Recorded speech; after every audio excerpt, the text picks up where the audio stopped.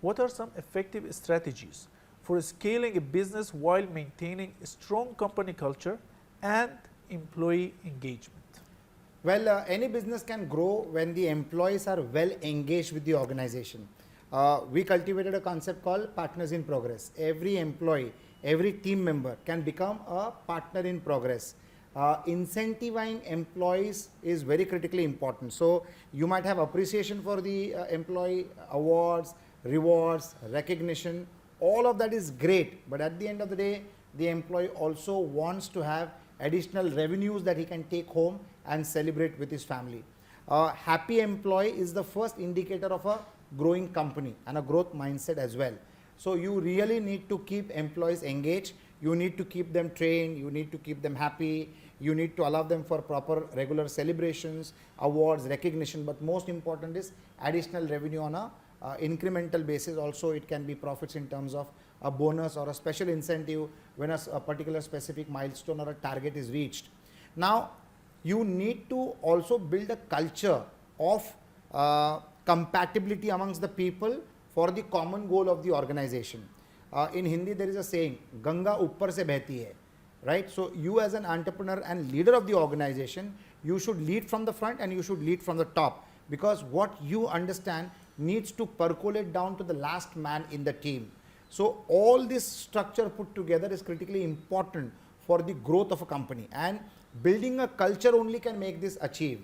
So bonding with each other, building relationships amongst subordinates, building relationships amongst teams, giving clarity of the goals, giving clear instructions of what is expected of each person, what is expected of each team, what is expected of each department, and absolute smooth flow of communication amongst the entire organization is the key for the growth of that particular organization. The culture of the organization should be developed in such a way like every employee should feel he owns the company. When it means he owns the company, that is not only connected only to the authority that he wields, but also the responsibility that he wants to shoulder. Like for example, I have read this in a book where an employee of Toyota car company saw a Toyota car and the headlight was dangling down. He went there, fixed it up, and then went home. Now that shows your commitment to the common philosophy of the organization and keeping the name and the brand value of the organization lifted up at all times. Your connection, like how as countrymen, the affection that we have for our country, if we have the same or our family, the same kind of affection needs to be there for the organization. Now that needs to be built as a culture. You cannot teach this to them in a classroom, or a trainer can't come and train them on that psychology. That thing needs to come from within. And how can that start? Simple. The entrepreneur, the leader of the organization, should intertwine himself and his life with the well-being of the teams which are available in the organization. The people in the organization should feel that our leader is a commander who fights in the front of the battlefield. It is not that he sits in the air-conditioned cabin and allows the foot soldiers to go ahead.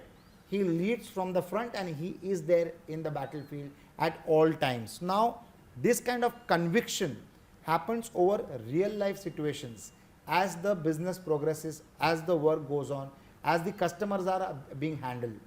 A commitment given by an employee is maintained by the owner of the organization, and a commitment made by the organization or the entrepreneur becomes a goalpost for the entire set of people in that particular organization.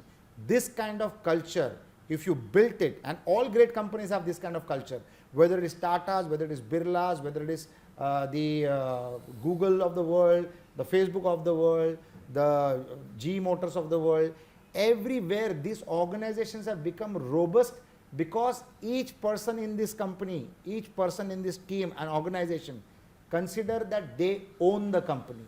They face and they front the company, and it is not the authority that they have, but the responsibility that they willingly shoulder, which ultimately takes that organization on the path of progress, growth, glory and prosperity. So I think it's in the center of the action, which is the manpower. So we used to talk in terms of horsepower, but today these are the times of manpower. In spite of technology taking center stage, because to run the technology also you need the right manpower with you. It's the real people behind everything that's happening in the organization that matters, and you need to put a culture around them of bonding, belongingness, and taking the initiatives for every aspect of the organization's growth journey. This kind of culture is what I think every entrepreneur should build.